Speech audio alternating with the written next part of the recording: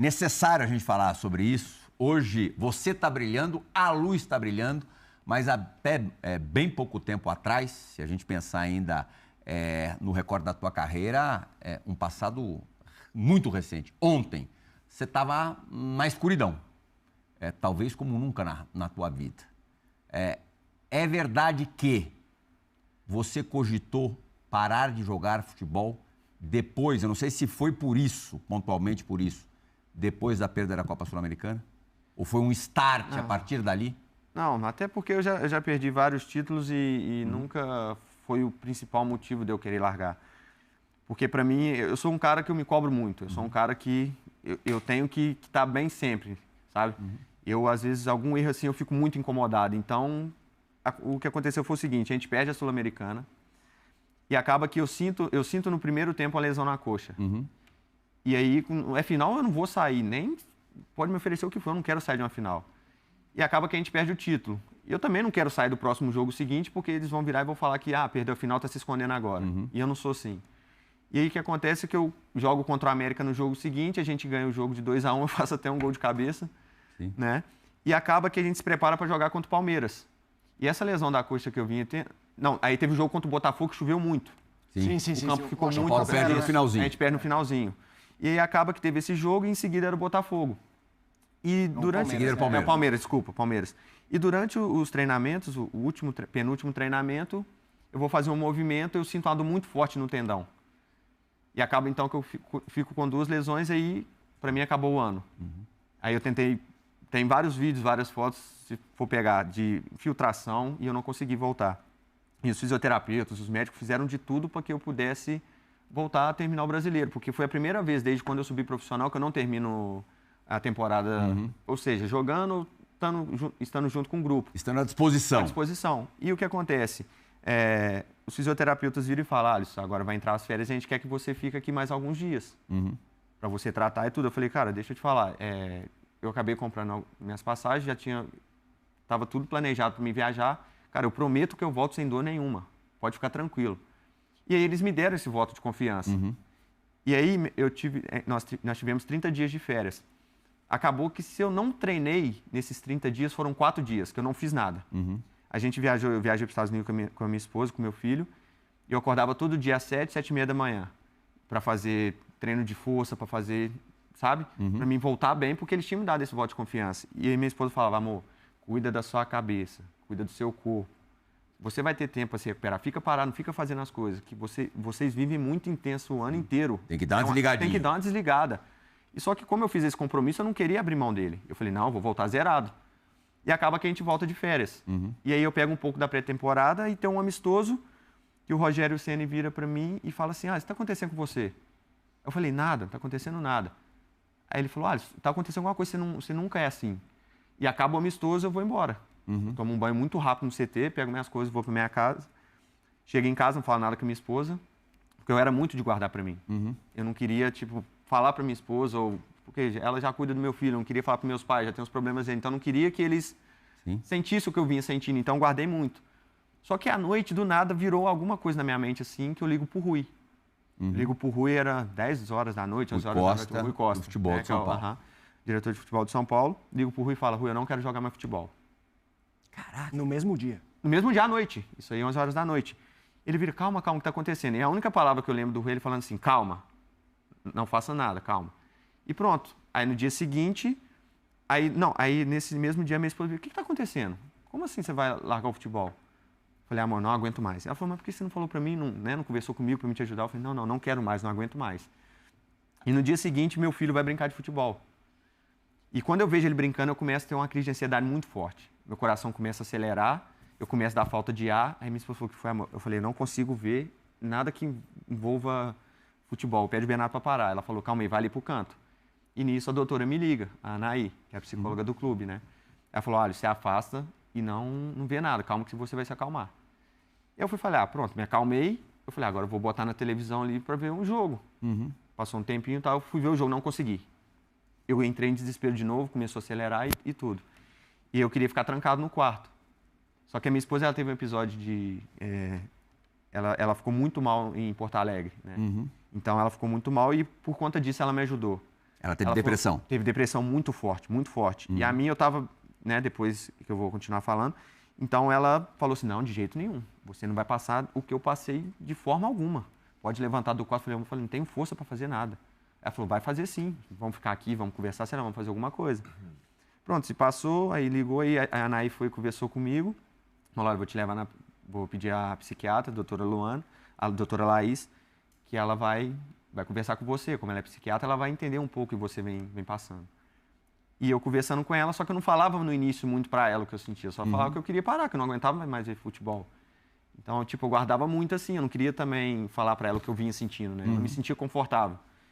E pronto, aí foi que eles viraram e falaram, olha, você está com um início de depressão e uma crise de ansiedade. Mas calma que a gente vai cuidar disso. Só que eu não vi esperança nenhuma, eu me sentia muito mal. É uma coisa que eu vivi minha vida inteira, eu não conseguia ver nem meu filho brincando, né? Então foi algo muito difícil assim para mim. Foram 3, 4 semanas que eu fiquei muito mal, sabe? Sem ver futebol, sem ver nada. Mas, como eu falo, Você ficou esse período afastado. Trancado dentro de casa? Afastado, dentro de casa. Você não ia treinar, eu sabia, Não. mas você não tentava ocupar a cabeça contra coisa? Sim, aí o que aconteceu? Aí eu comecei a conversar com a psicóloga, ela falou, olha, você faz aula de tênis, que é um esporte que eu gosto bastante. E aí minha esposa começou a fazer beach tênis também, dentro do meu condomínio. Mas era do condomínio casa. E a Nay falou, olha, se você tem que sair, vai fazer alguma coisa. Eu falei, não vou sair, eu não estou jogando, vou sair. Né? Então, tipo assim, daqui a pouco as pessoas vão te ver na rua e falar, mas para jogar ele tá mal. Mas agora para passear, eu falei, não, de jeito nenhum, eu vou ficar aqui. E pronto, aí foi passando, aí comecei a tomar algumas medicações. E daí eu fui passando o tempo, eu fui sentindo que eu tava sentindo falta de algo, sabe? Aí eu falei, Ana, eu quero dar um pulo aí no CT. Ela falou, vem, pode vir. E o Muricy foi um cara espetacular comigo assim. Ele falou, olha, você pode ir no CT, mas você não vai voltar agora, vai voltar no seu tempo. A hora que você estiver realmente bem, você volta. Aí eu chego no CT, o Rogério me chama, me dá um abraço, me leva pro canto assim, né, pra conversar. E quando eu chego no CT e entro no campo com ele, eu começo a ficar um pouco ruim assim, sabe? E ele vem me abraçando, ele foi e falou algumas coisas também que ele já passou e tudo, e acaba eu saio e vou embora pra casa. Eu falei, não tem condição, não tô conseguindo. Então foi aí que começou, aí, né, e nesse meio tempo já vinha pensamentos de eu querer fazer alguma coisa, de suicídio, né? Eu queria, tipo, já pensava em pegar o carro, bater o carro, né? Eu já queria fazer alguma coisa, então minha esposa sempre próxima de mim, sempre próxima de mim. E daí teve um episódio que aconteceu comigo depois de um tempo que eu ligo para um companheiro do clube pedindo ele uma ajuda que eu queria suicidar. E 3 companheiros me ajudaram, né? Que foi o Rafinho, o Luan e o Luciano que falou. E o Luciano foi até o lugar que eu estava, junto com o meu empresário e junto com o Mike do Palmeiras. Eles foram até o lugar e não deixaram eu fazer o que eu Mike, que eu tava que era teu amigo do Cruzeiro. Que é meu amigo, né? Do Cruzeiro. E acaba que o Mike, eu falo assim, não, deixa eu dirigir. Ele falou, não, você não vai dirigir não, de jeito nenhum. Você não vai dirigir, você vai lá para casa comigo agora. Aí ele foi e me pegou, levei para casa, fui junto com ele assim. Aí minha esposa em casa, né, desesperada, chorando e tudo. Aí eu chego em casa e mesmo assim, aí tá o Luciano na porta lá de casa, com a esposa dele. Aí tá o Mike com a esposa dele e minha esposa, né, sentado assim na porta de casa, porque eles estavam com medo de eu pegar o carro e sair. Mas foi um momento assim que eu passei assim que se não fosse as pessoas que realmente, né, se importam comigo, que me amam, eu teria feito algo de errado assim. Então eu sou muito grato primeiro, né, minha esposa, meu filho, meus pais que eu escondi deles, né, porque eles perguntavam o que está acontecendo. Eu falei, não, eu só preciso descansar minha cabeça tá, sabe, eu não estou passando por um momento bom, mas pode ficar tranquilo, tá tudo bem. E, né, os funcionários... Houve outros surtos assim ou foi esse? Olha, esse foi o pior. Tá. Mas sim, já chegou várias vezes, até quando eu estava um pouquinho melhor assim, quando eu estava começando a mudar minha rotina, aí tinha vezes que eu ia pro treino sozinho com o carro. E eu pensava em, tipo, pegar o carro e bater o carro. Então, era pensamentos assim que eu ficava... Cara, tipo, não estava importando com quem estava, né? Tipo, esposa, filho, não vinha na cabeça essa preocupação com eles. A única preocupação que eu tinha era querer fazer alguma coisa de errado. E daí, minha esposa vira e fala assim que... Minha esposa e uns amigos meus falam, cara, tá todo mundo falando que você tá usando droga, que você tá bebendo demais, que você trai o seu esposo. Eu falei, que isso? É um momento difícil que eu tô passando. Então, muita gente começou a né, inventar fantasiar as coisas, né? Forte, né? Mas, assim, no futebol, infelizmente, nos últimos décadas ou anos, tem vários casos, né, de jogadores. Eu conheço, fui companheiro de vários, inclusive jogadores top, né? Top mundial, que han tenido também surtos parecidos, né? Isso demonstra a pressão e a exposição que o jogador hoje tem, né? Você vive em uma adrenalina, uma ansiedade que às vezes desemboca neste tipo de situações, né? Você não é o único, Não, mas único, sim, é bom que verdade, você faça um exato. relato muito. para Ajudar outras pessoas, advertir sim. a los clubes, a los empresários, Sim. porque hoje conheço muitos jogadores que por vergonha, né? Porque como foram grandes, Sim, sim, sim. foram grandes também de vida, Sim. não precisam nada economicamente, por vergonha eles não falam. Como foi o processo de vencer isso? Porque eu imagino que é algo que hoje está isolado, mas é uma luta constante, né? Eu acho que exato. você tem... Como foi que você venceu Você isso? até realizou há pouco tempo, depois do título, uma live com as suas Sim, psicólogas, né? Que te deram o suporte aí vital. Sim. Então, em primeiro lugar, né, como eu disse, né, a gratidão que eu tenho pela minha esposa, o que ela fez por mim primeiro foi ela ali. E eu querer aceitar essa ajuda, né? Eu buscar essa ajuda. Então, eu me dispus a aceitar. Então, isso eu acho que foi muito importante, né? Porque como eu era muito de me fechar e não falar para as pessoas o que eu sentia, então chega um momento que você vai explodir, não tem como. Né? Você tenta ser forte, né? Você quer demonstrar para as pessoas que você é forte, mas no fundo você não é. Né? Então, como o Lugano disse, né? Então isso vale um pouco da humildade da gente querer ajuda também, né? Sim. De saber que se a gente passa por um problema, seja ele qual for, se a gente buscar ajuda, a gente pode sair desse problema, né?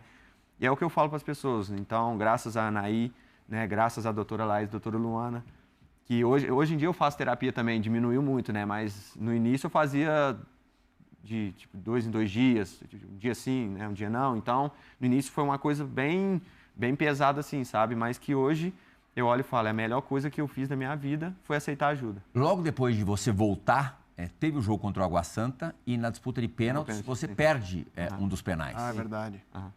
Como é que você lidou com isso? Olha, é o que eu, E outra, falo. você acha que você deveria ter batido tendo passado o que você passou pouquíssimo tempo antes? Olha, acho que sim. Não por escolha sua. Não, sim. Não, porque, né, uns dias antes que eu treinei muito bem, eu falei, o Rogério perguntou para mim, Alisson, você se sente confortável para bater? Eu falei, sinto. Eu sinto confortável, se a gente for para os pênaltis, eu bato. Mas eu acho que ali foi o melhor momento, assim, sabe? Que eu pude ver que eu tinha força. Você estava forte. Que eu estava forte. Era diferente de estar... A prova de fogo, né? Sim. Essa foi a prova. Então foi uma prova de fogo, que querendo ou não, você erra um pênalti, você é eliminado. Né? Ainda mais o que a gente vinha passando. Já não tinha ganhado 2x ano passado e tudo. Naquele momento ali eu vi e falei, não, realmente eu tenho força para passar por qualquer coisa agora. Então acho que aquele momento ali foi o momento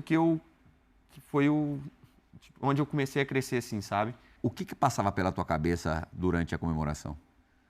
Cara, eu não acreditava, né? Porque assim, quando a gente né, o juiz ali apita o final do jogo, a primeira coisa que eu faço é sair correndo para pegar ele, né? No camarote onde eu sei ele fica, né? Lá. Então ele foi com cartaz, que ele e minha esposa fizeram para mim, né? Espetacular. Meu papai que a gente ser tem campeão. aí, daqui a pouquinho a gente vai mostrar. Então, cara, aí eu pego assim, eu começo a ver, né, tudo que eu passei assim e ver o que eu ia deixar para trás, né? Que hoje eu tenho uma família muito linda, né? Eu tô com a minha esposa, com a minha esposa, né? Eu tinha 15 anos, ela 14 Papai, anos. 20 vezes campeão. Né? E você olha, né, isso aí, né? O filho é um amigo para mim, é tudo para mim.